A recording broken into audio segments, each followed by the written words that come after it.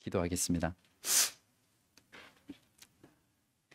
자비로우신 하나님 아버지, 거룩하신 하나님 아버지, 하나님을 찬송하고 또 하나님께 영광 돌립니다. 하나님, 이 시간 저희들을 죄와 사망과 어둠 가운데 내버려 두시지 마시고 진리의 빛 가운데 나오게 하시며 하나님의 말씀으로 우리에게 말씀하여 주시고 우리 가운데 임재하여 주시옵소서.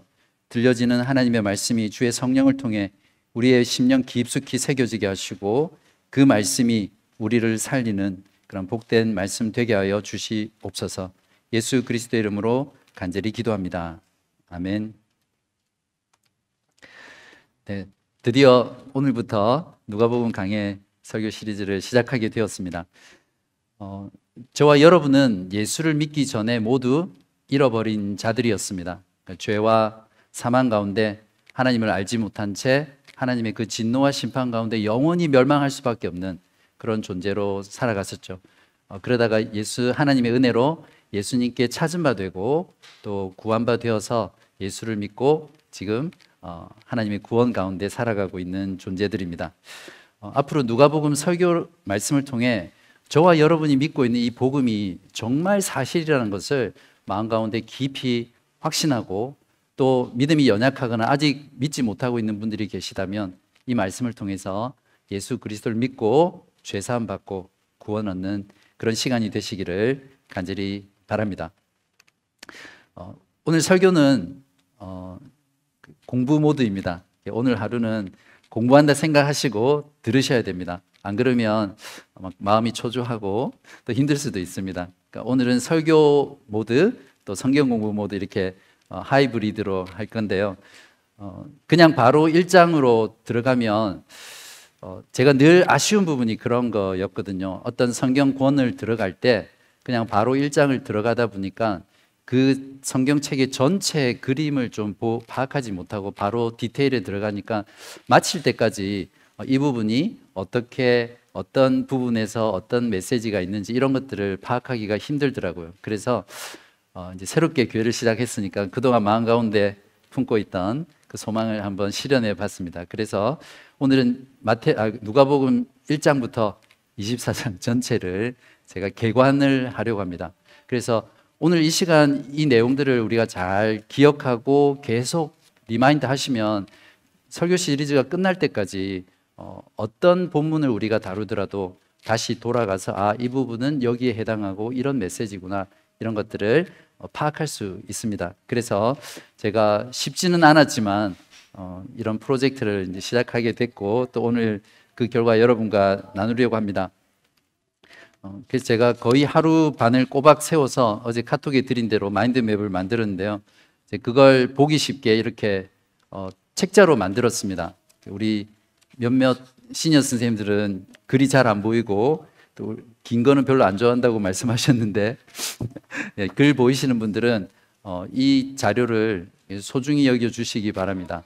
계속해서 가지고 다니면서요, 성경 공부할 때도 그렇고 코이노니아 할 때도 그렇고 설교할 때도 그렇고 이걸 보시면서 확인하고 또 본문으로 들어가고 그렇게 해주시면 좋겠습니다.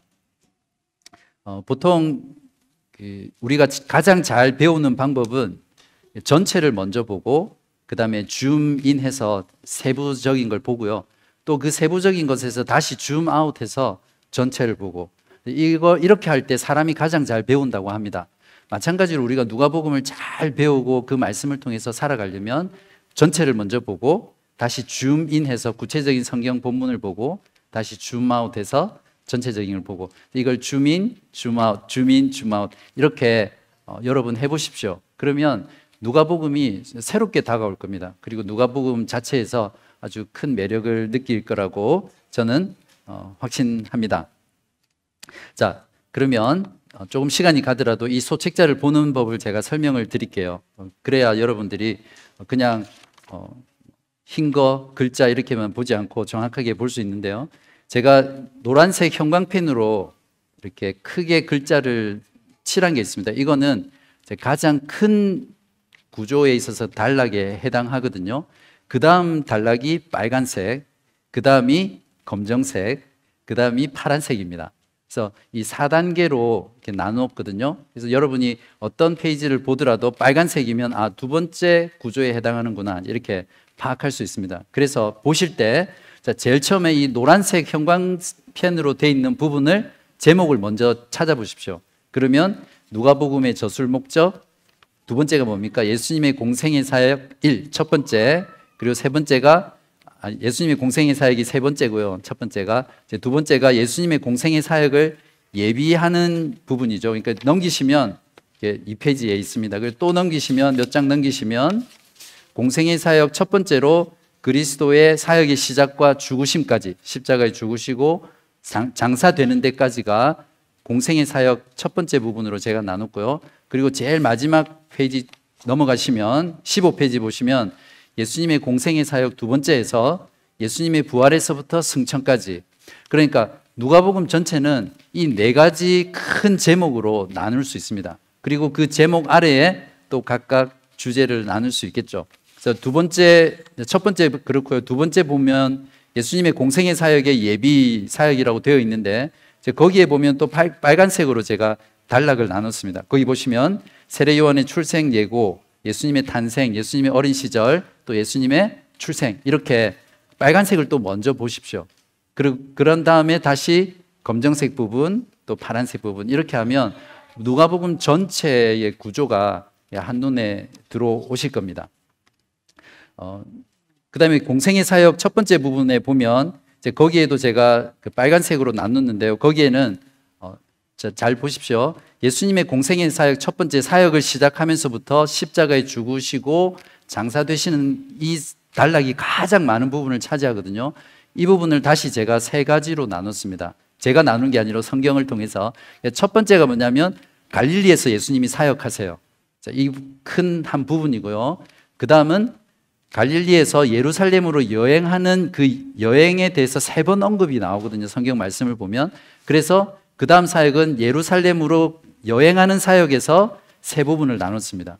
그리고 세 번째 사역은 예수님께서 실제로 예루살렘에 가셔서 마지막 한 주간을 보내시잖아요.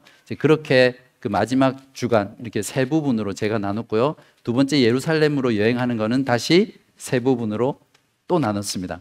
그리고 마지막에 예수님의 부활하시고 승천하시는 부분은 24장 한 장에 나와 있거든요. 거기에는 예수님의 공생의 사역 두 번째다. 이렇게 해서 제가 나눴습니다. 이제 여러분 이 소책자 어떻게 보는지 이해하시겠죠? 몇 번 익숙해지시면 굉장히 많이 도움이 될 겁니다. 제가 만들어 놓고 제가 도움 될 거라고 하면 좀 그런데 실제로 저한테 많이 도움이 됐어요. 설교 준비할 때도 이 전체적인 내용을 처음부터 끝까지 쭉 한번 읽어보십시오. 그러면 누가복음 전체의 내용이 그냥 머리에 쑥 들어옵니다. 그래서 많이 도움이 될 거라고 생각하고 계속해서 이렇게 한 번씩 꺼내서 읽어보시면 되겠습니다. 죄송합니다. 이제 설교 들으실 때는 또 주보 안에 있는 이 한 장짜리 있죠. 누가복음 개관 이걸 보시고 지금부터 따라오시면 되겠습니다.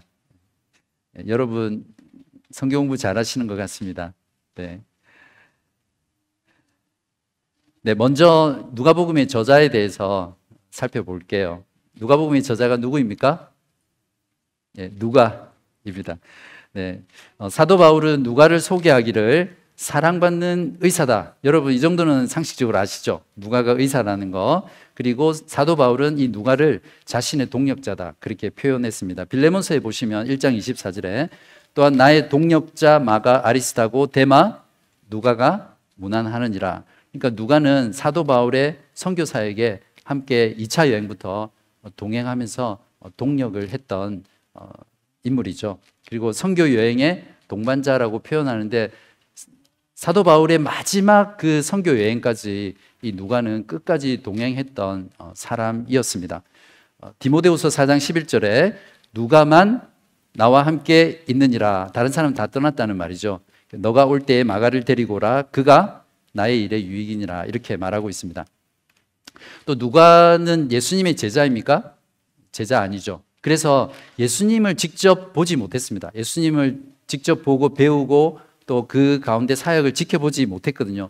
그러나 누가복음 1장에 보면 잘 나와 있는데 예수 그리스도의 그 사역과 그분의 생애에 대해서 들었던 증언들, 그것을 철저히 살피고 연구해서 기록한 사람입니다. 그래서 이 누가는 누가복음 말고 또 어떤 성경을 지었습니까? 그러니까 사도행전. 그러니까 신약 성경에서 정말 많은 분량에 해당하는 이 누가복음과 사도행전을 유대인이 아닌 유일하게 이방인으로서 신약 성경의 저자가 된, 지금으로 치면 정말 대단한 역할을 한 사람이죠. 그리고 누가는 의사이지만 역사에 정통한 역사학자입니다.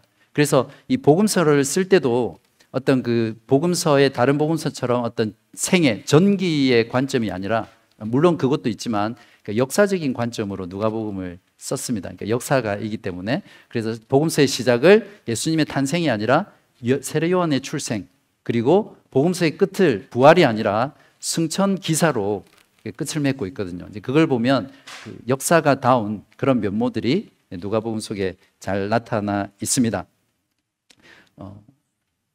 자, 그렇다면 누가복음은 언제 쓰여졌을까요? 이제 제가 저자라든지 저작 시기 같은 걸 말씀드리는 거는 복음서를 읽을 때 이러한 배경들이 굉장히 많은 도움이 되기 때문에 그렇거든요. 누가복음은 사도행전도 누가가 썼다고 말씀드렸잖아요. 그래서 사도행전 마지막 28장에 보면 어떻게 끝납니까? 사도 바울이 가택연금을 당합니다. 그리고 AD 60년에서 62년 사이에 2년 정도 가택연금을 당하면서 유대인들을 부르고 또 많은 로마인들에게 복음을 전하면서 그렇게 사도행전이 끝이 나거든요. 그러니까 누가가 만약에 사도행전 28장이 끝난 다음에 누가복음을 바로 썼다고 하면, 그러니까 적어도 빨라야, 아무리 빨라도 AD 62년, 주후 62년이 될 거고요. 그리고 누가복음이나 사도행전의 내용을 보면 네로의 극심한 그 박해가 65년부터 있었거든요. 근데 그러한 내용들은 전혀 나오지 않습니다. 그래서 학자들은 네로 치하 전에 쓰였을 것이다. 그래서 가장 타당한 저작 시기는 AD 62년부터 65년 그 사이로 보는 게 가장 합리적이다. 그렇게 보시면 되겠습니다. 그리고 누가의 저술 특징은 의사답게 굉장히 다른 복음서에 비해서 디테일합니다. 정교하죠. 의사 선생님이 디테일하지 않으신 분들은 의사하면 조금 환자들이 힘들겠죠. 뭐 수술하다가 가위를 까먹는다든지 실을 봉합할 때 안에다가 뭘 넣고 이렇게 봉합하면 큰일 나잖아요. 그래서 의사들의 특징이 아주 작은 디테일까지도 예민하게 감지하고 캐치할 수 있거든요. 그러한 어떤 누가의 직업적인 특징들이 누가복음에 잘 나타나 있습니다. 그래서 복음서의 문체가 굉장히 회화적이에요. 그림을 보듯이 이제 그런 부분들이 많습니다. 그래서 다른 복음서에 비해서 너무 재미있게 볼 수 있는 그런 복음서입니다. 그리고 누가는 의사답게 의사의 그 마음이나 직업이 약한 사람들, 병자들, 이런 사람들을 고치고 치유하는 데 마음이 있잖아요. 그런 마음이 없는 의사라면 어떤 직업적인 의사일 뿐이지 진정한 의사라고 할 수 없죠. 누가는 의사이기 때문에 이 아픈 사람들이 고침받는 이런 기사에 굉장한 매력을 느끼고요. 그래서 복음서를 기록할 때 예수님의 그 치유 사건을 집중하고 매력을 느끼면서 예수님을 어떻게 표현하냐면 가장 위대한 의사로 이렇게 묘사하고 있어요. 그러니까 The greatest physician 이렇게 묘사하고 있습니다. 그리고 죄사함에 대해서도 많이 이야기하고 있고요. 기도에 대한 특별한 강조점을 두고 있습니다. 예수님이 15번 기도하는 게 나오는데 그 중에 11번이 누가복음에 기록되어 있습니다. 그만큼 이 기도를 우리한테 강조하고 있는 거죠. 자, 이런 걸 보면 성경은 저자가 누굽니까? 조금 그 부가적인 거기는 하지만 하나님이시죠. 또한 동시에 인간입니다. 마치 예수님이 완전한 하나님이시고 완전한 인간이시듯이 한 분 안에 이 성경의 저자도 완전한 하나님이 저자이시면서 또 인간이 완전한 저자입니다. 그래서 이 누가의 직업, 누가의 성격, 그의 교육 이런 것들을 하나님께서 다 유기적으로 영감하셔서 쓰셔서 누가복음을 우리에게 주셨거든요. 그렇기 때문에 모든 성경들이 그 성경의 저자에 따라서 우리가 다르게 읽고 느끼고 배우고 하나님의 구원의 복음을 알 수 있다는 것은 참 하나님의 지혜이고 놀라운 것 같습니다. 좀 부가적으로 제 감동을 말씀을 드렸습니다. 또한 누가는 예수님을 그 따르는 참되고 최상의 길이 무엇인지를 보여주기 위해서 이 두 가지 종류의 사람을 극적으로 대조하면서 이야기 속에 표현하고 있거든요. 자주. 그 중에 예를 하나 들면 마리아와 마르다 이야기 아시죠? 마르다는 예수님을 초대해 놓고 열심히 음식을 만들고 그러다가 마리아는 예수님 앞에서 말씀을 들으니까 이게 짜증나잖아요. 그래서 막 예수님한테 컴플레인하는 그런 장면이 나옵니다. 그런데 예수님께서는 그것을 보고 마르다를 책망하시죠. 오히려 마리아가 진정으로 참된 주님을 따르는 길이라는 것들을 그렇게 대조하면서 말씀을 해주십니다.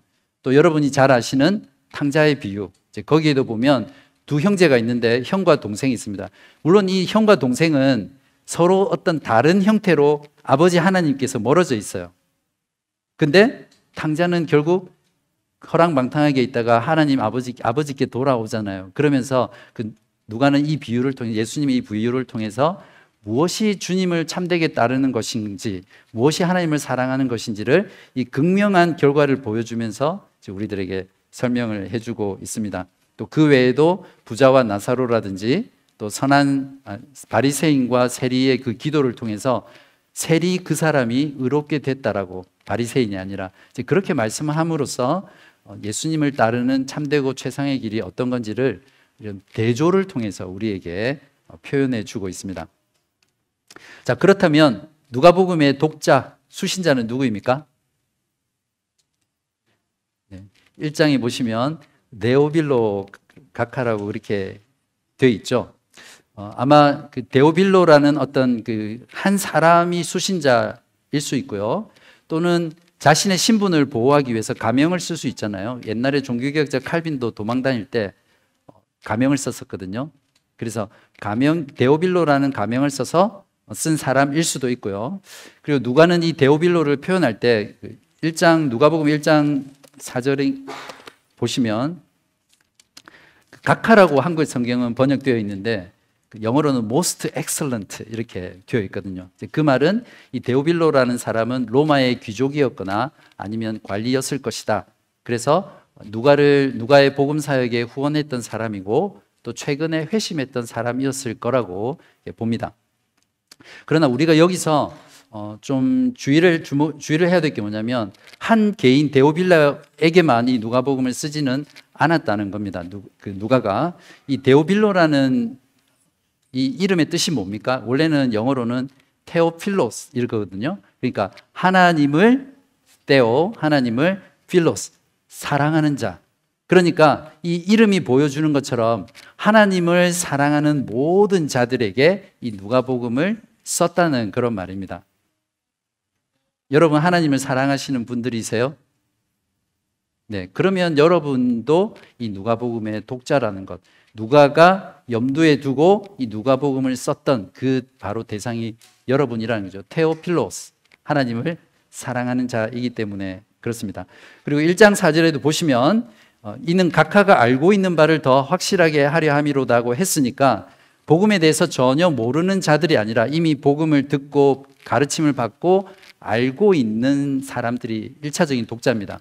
그 알고 있는 것을 이 누가복음을 통해서 그것이 정말 사실이구나, 여러분들이 믿는 그 진리, 그 복음 예수 그리스도가 정말 그렇다는 것을 확신시키기 위한 거죠. 그렇지만 누가는 그냥 이미 복음을 들은 사람들만을 대상으로 하지 않았고요, 비그리스도인들에게도 예수님의 이 생애와 사역과 또 이 복음이 분명하게 유익을 주고 구원받는데 필요하다고 생각하고 이 누가복음을 썼습니다. 이렇게 누가복음의 독자는 세 가지 정도로 정리할 수 있습니다.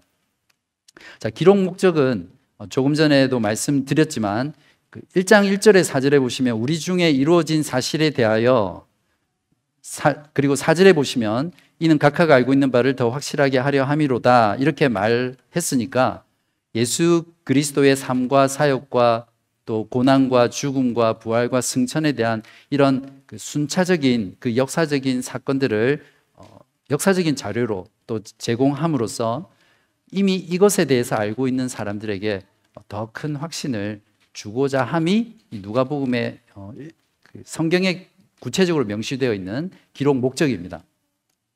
그리고 또 하나는 무엇이냐면 누가복음 전체를 보면 분명하게 깨달을 수 있는 것인데요. 하나님의 그 구원 계획이 예수 그리스도의 그 십자가의 죽으심과 또 부활을 통해서 완전하게 성취됐다는 것을 누가는 계속해서 보여주고 있습니다. 오늘 읽었던 구약 봉독 말씀이랑 또 신약 성경을 보면 예수님께서 안식일에 늘 하듯이 나사렛에 있는 회당에서 들어가시잖아요. 근데 그 유대인들의 회당에는 지금 우리가 성경 봉독하는 것처럼 회당에 모이면 성경을 읽고 그 회당장이 성경을 읽고 정해진 사람에게 성경을 읽게 하고 그 성경에 대해서 누군가 할 말이 있으면 마치 설교처럼 그렇게 했었거든요. 그런 관습들이 이미 유대인들의 회당 모임에서 있었어요. 그래서 예수님도 그런 것들을 다 아시고 가셔서 성경 봉독을 하세요. 근데 이사야서 말씀을 주니까 그 중에 61장을 탁 찾으신 거예요. 찾으셔서 오늘 누가복음 4장에 있는 것처럼 읽으시는 거예요. 읽으시고는 책을 탁 덮으셨어요. 이거 제가 지어낸 이야기 아니고 성경에 있습니다. 책을 덮으셨어요. 누가복음 4장 21절에 보면 이에 예수께서 그리고는 이렇게 말씀하셨습니다. 이에 예수께서 그들에게 말씀하시되 이 글이 오늘 너희 귀에 응하였다 이렇게 선언하셨어요. 저는 이 부분을 읽을 때마다 매번은 아니지만 정말 이렇게 전율이 확 이렇게 느끼거든요. 정말 내가 믿는 그리스도 성경은 진리구나, 참이구나, 그런 생각들을 하면서 우리를 구원하러 오신 그 예수, 그분이야말로 진정한 구원자다, 이런 것들을 많이 느낍니다. 한번 생각해 보십시오. 이사야 61장은 거의 700년 전이거든요. 700년 전에 이사야가 예언하고 성경으로 기록했던 것을 예수님이 찾으셔서 그 말하던 메시아 그분이 직접 그 본문을 읽으시고요. 그리고 책을 탁 덮으면서 바로 이 사람이, 이 메시아가 나다. 그래서 이 모든 구약의 예언들이 지금 너희들 보는 눈앞에서 성취되었다. 이렇게 말했을 때 이거는 그냥 감동, 전율 이런 것으로도 표현할 수 없을 만큼 놀라운 사건이죠. 이렇게 누가는 구약의 모든 하나님의 구원의 모든 계획이 또 구약의 성경의 예언들이 예수 그리스도 그분 안에서 그분의 출생, 그분의 삶, 그분의 사역 그 모든 것들을 통해서 성취됐다. 이것들을 우리들에게 보여줍니다. 이것이 누가복음을 기록한 두 번째 중요한 목적이죠. 예수님 자신도 부활하신 후에 제자들에게 나타나서 직접 이렇게 구약 성경의 모든 것들이 나에게서 성취되었다고 말씀하셨는데요. 저도 이 성경 본문을 가장 좋아하는 구절 중에 하나입니다. 특히 성경을 이해하고 해석하는 데 있어서 결정적인 단어거든요. 우리가 구약 성경을 읽을 때 어떤 도덕이나 그 본문에서 어떤 그 교훈을 얻기 위해서만 절대 찾아서는 안 돼요. 구약의 모든 성경은 궁극적으로 예수 그리스도를 가리키는 거거든요. 그래서 우리가 성경을 읽을 때 결국 해석하고 마지막에 적용하기 전에 이 본문이 예수 그리스도를 어떻게 가리키는가, 예수 그리스도의 사역과 그분의 구원과 그분의 모든 인격들을 어떻게 가르치는지를 우리가 생각하고 연구한 다음에 해석하고 적용해야 됩니다. 24장 44절을 한번 보십시오. 제일 마지막 장입니다. 또 이르시되 내가 너희와 함께 있을 때에 너희에게 말한 바, 그러니까 예수님께서는 제자들과 함께 하면서 구약 성경의 말씀을 많이 가르쳐 주셨다는 말입니다. 그것이 뭐냐면 곧 모세의 율법, 모세의 오경이죠. 선지자의 글, 모든 선지서입니다. 그리고 시편이라는 것은 시가서라고 해서 욥기, 시편, 잠언, 전도 이런 모든 시가서들을 다 포함하거든요. 그러니까 궁극적으로 예수님이 여기서 말씀하시는 것은 구약의 모든 성경을 가리킵니다. 그러니까 그 구약의 모든 성경을 가리켜 어떻게 말씀하십니까? 기록된 모든 것이 이루어져야 하리라 한 말이 이것이라 하시고, 예수 그리스도께서 죽으시고 부활하신 그 모든 사건들이 바로 결국 구약 성경이 말하고자 하는 그 궁극적인 성취라는 것을 예수님 자신의 입으로 제자들에게 가르쳐 주셨어요. 그래서 이 사도들이 신약의 교회 가운데 우리 모든 사람들에게 바로 이 진리를 우리들에게 가르쳐 주고 선포한 거거든요. 자, 이제 누가복음 전체에 있어서 어떤 신학적인 주제들이 여러 가지가 있는데 그 중에 중요한 몇 가지만 살펴보겠습니다. 첫 번째는 하나님의 계획의 성취와 완성인데요. 누가복음 19장 9절에서 10절에 보면 예수님께서 삭개오를 찾아가세요. 삭개오 집에서 이런 선언을 하십니다. 9절에 보시면 19장 9절에서 10절입니다. 찾으셨죠? 예수께서 이르시되 오늘 구원이 이 집에 이르렀으니 이 사람도 아브라함의 자손이미로다. 자, 여기서부터 밑줄을 끄셔야 됩니다.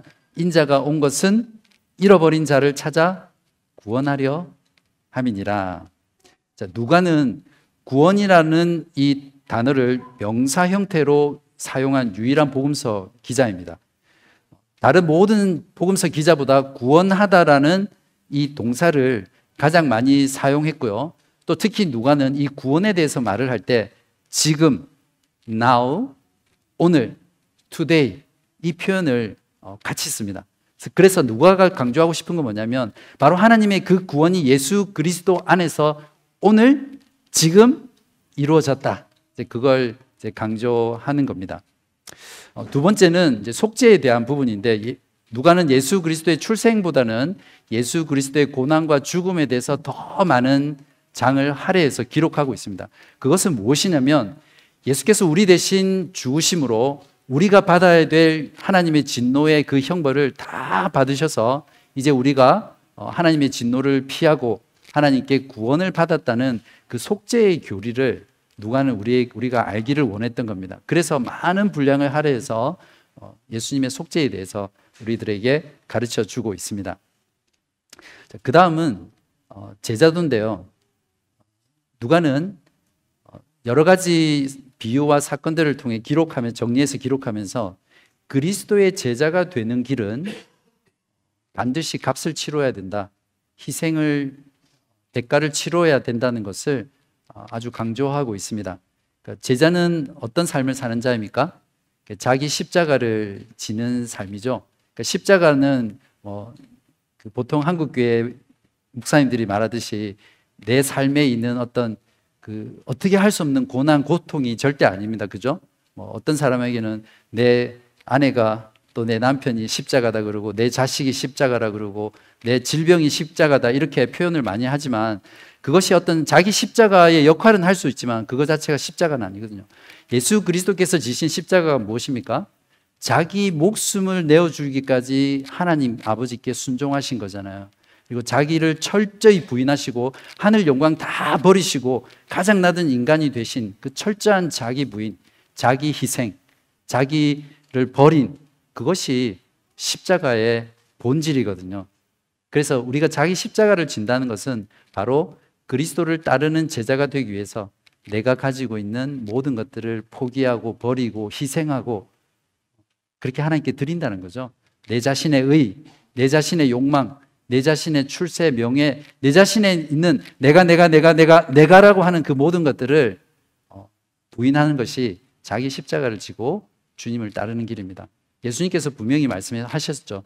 자기 십자가를 지고 나를 따라오지 않는 자는 주님의 참된 제자가 될 수 없다. 그래서 누가는 이러한 참된 제자도가 무엇인지를 우리에게 가르쳐 줍니다. 이런 관점에서 보면 오늘날 신자라고 하지만 저를 포함해서도 그렇고 얼마나 제자로서 부족한 삶을 살아가고 있는지 우리가 돌아볼 수밖에 없죠.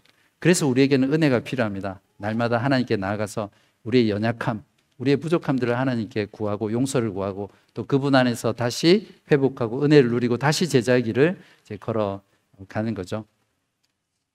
그 다음에 누가는 기도를 굉장히 중요하게 다루고 있습니다. 예수님이 세례를 받으실 때 또 12제자를 선택하실 때 또 변화산에서 용모가 변화되실 때 주기도문을 가르치실 때 또 베드로가 예수님을 부인한다는 것을 말할 때 이렇게 하나님이 누구이신지 하나님을 계시하고 아주 구속사적으로 중요한 사건이 있을 때마다 예수님께서 기도하셨다는 것을 보여줌으로써 기도가 얼마나 중요한가를 우리에게 가르쳐 줍니다. 지난번 복음 전도 때 제가 잠깐 언급했지만 그래서 우리가 영혼 구원을 위해서는 반드시 기도의 토양이 먼저 있어야 된다고 말씀을 드렸잖아요. 그래서 한 영혼을 구원하기 위해서 즉 그 영혼에 하나님 자신을 비추어서 드러내시기 위해서는 열렬한 기도가 먼저 있어야 된다는 것을 그때 말씀드렸습니다. 이제 또 하나 누가가 강조하는 부분은 재물의 위험성을 끝없이 강조합니다. 재물에 대한 사랑은 결국 복음의 씨앗을 완전히 질식시켜 버리죠. 그 가시밭에 뿌려진 그 씨처럼. 그래서 열매를 맺지 못하게 합니다. 그러한 어떤 일들을 여러 가지 내용들을 통해서 우리들에게 제시하고 있습니다. 그 중에 하나는 어리석은 부자의 비유. 그러니까 소출이 너무 많아서 창고를 새로 짓는데 하나님이 오늘 내 영혼을 도로 찾으면 그게 다 무슨 소용이냐 이러면서 어리석은 부자를 경고하고 있거든요. 그런 것들을 통해서 재물이 주는 위험성, 그것을 우리들에게 경고하고 있습니다. 마지막으로 누가는 진정한 예수님의 제자들은 예수님께서 동정하시고 연민을 느끼시면서 돌보셨던 그 사회적인 약자, 영어로는 아웃캐스트라고 그러죠. 그러니까 사회적으로 약자, 또 소외되고 인정받지 못하고 그런 그 사회 속에서 아주 경계선에 있는 이런 사람들을 돌보고 섬기고 그들을 위해서 연민을 느끼고 동정하라는 그런 메시지를 우리에게 주고 있습니다. 그래서 복음은 그냥 단순히 영혼 구원으로 끝나는 것이 아니라 그 복음을 통해서 그 복음이 주는 결과가 이런 사회적인 약자, 소외된 사람들을 우리가 불쌍히 여기고 그들을 돕고 그들을 돌보는 그런 것들이 주님의 제자라는 것을 누가는 우리들에게 말해주고 있습니다. 누가복음의 통일성을 말씀드리면서 오늘 설교의 결론을 내리려고 합니다. 누가복음 전체를 지나가고 있는 누가복음의 많은 장들, 24장이나 되는 장들을 하나로 묶어주는 그런 통일된 주제가 있거든요. 이제 그게 뭐냐면 예수 그리스도의 그 인격과 예수 그리스도 그분은 잃어버린 자를 찾아서 구원하러 오셨다. 몇 장 몇 절입니까? 19장 10절. 그 말씀, 바로 그것이 누가복음 전체를 이렇게 하나로 묶어주는, 통일되게 만드는 중요한 내용입니다. 그래서 이 누가복음의 전개 방식은 바로 인자가 이 잃어버린 자를 찾아 구원하러 가는 것에 이렇게 흘러가고 있습니다. 그래서 예수님은 공생의 시작 때부터 예수님은 잃어버린 자를 찾으셨죠. 그의 제자들을 찾으셨고요. 또 이스라엘의 잃어버린 영혼들에게 하나님 나라 왕국의 복음을 전파하셨습니다. 15장에 보시면 세 가지 비유가 나오죠. 똑같은 의미입니다. 그러니까 잃어버린 양, 잃어버린 드라크마, 잃어버린 아들, 그 세 가지 비유를 통해서 예수님께서는 지금도 그 한 영혼의 잃어버린 영혼을 찾아서 헤매시고 산을 넘고 물을 넘고 강을 건너서 간절히 찾으셔서 그를 구원하기 원하신다는 그 그리스도의 사랑의 추구를 보여주고 있습니다. 그리고 예수님은 십자가상에서도 그 마지막 순간까지도 잃어버린 영혼에 대한 그 관심으로 오른편인지 왼편인지 성경에 나와 있지 않지만 성경은 보통 오른쪽이 의롭다라는 의미가 있으니까 아마 오른쪽에 있었을 거라고 생각합니다. 저는 오른편에 있는 그 강도에게 마지막까지 복음을 전하시잖아요. 그리고 그 강도를 구원해 내십니다. 그러니까 예수 그리스도께서는 죽기 직전까지 마지막 숨을 거두는 그 임종의 순간에서도 한 잃어버린 영혼을 구원하시는 복음 전도를 하신 분입니다. 제가 이 부분을 묵상하면서 저도 그렇고요, 여러분도 여러분의 임종 시에 마지막 호흡을 쉬는 그 순간까지 그 마지막에 예수님처럼 전도하시다가 주님의 부르심을 받으면 너무너무 좋을 것 같습니다. 저는 그렇게 기도하고 있습니다. 마지막 순간에 얘들아, 아니면 저를 둘러싼 사람들에게 하나님은 정말 살아계시고 예수 그리스도 그분만이 우리를 영원한 생명 주시는 구원자이시다. 복음을 믿어라. 내가 믿었던 것처럼 여러분도 믿으십시오. 이렇게 마지막 복음 전도하고 임종의 순간을 맞을 수 있도록 지금 한번 유서를 한번 써놓아 보십시오. 어떻게 마지막 순간에 장렬하게 전사하실 것인지 기록해 보시기 바랍니다. 바라기는 그런 분이 되시고요, 임종을 지켜보는 그 가족들과 친지 앞에서 평소에 늘 하나님을 믿지 않고 복음을 거부하다가 주변 가족들에게 발을 동동 구르게 하고, 그래서 마지막 가는 그 순간에 마지막 찬송을 따라 하셨어, 마지막에 목사님 기도할 때 아멘 하셔서 천국 가셨을 거야. 물론 그 마지막 순간에 어떻게 하신 건 하나님의 주권에 달려 있겠지만, 그렇게 주변 사람들을 안타까워하게 하는 죽음을 맞이하지 마시고 말씀드렸던 것처럼 복음을 전하다가 잃어버린 영혼을 마지막까지 구원하고자 하는 그 마음속에 여러분의 마지막 호흡을 거두시기를 바랍니다. 그 예수님의 십자가의 죽음은 잃어버린 자들의 죄를 위해서 죽으심으로 잃어버린 모든 자들을 구원하시는 예수 그리스도의 사역의 절정이었습니다. 궁극적으로 예수 그리스도께서는 이 복음서를 통해서 저와 여러분, 우리 모두를 찾고 계십니다. 이 복음을 통해 저와 여러분 모두가 구원을 받기를 원하시죠. 그런 면에서 이 복음서 설교 시리즈를 통해서 주님께 이미 찾은 바 되셨지만 그 찾은 바 되신 걸 다시 마음 가운데 확신하고요. 또 여러분 주위에 잃어버린 영혼들 계시다면 초대하셔서 같이 그리스도께 찾은 바 되고 함께 하나님께 영광 돌리는 그런 복된 누가복음 말씀 시리즈가 되기를 주님의 이름으로 간절히 기도합니다.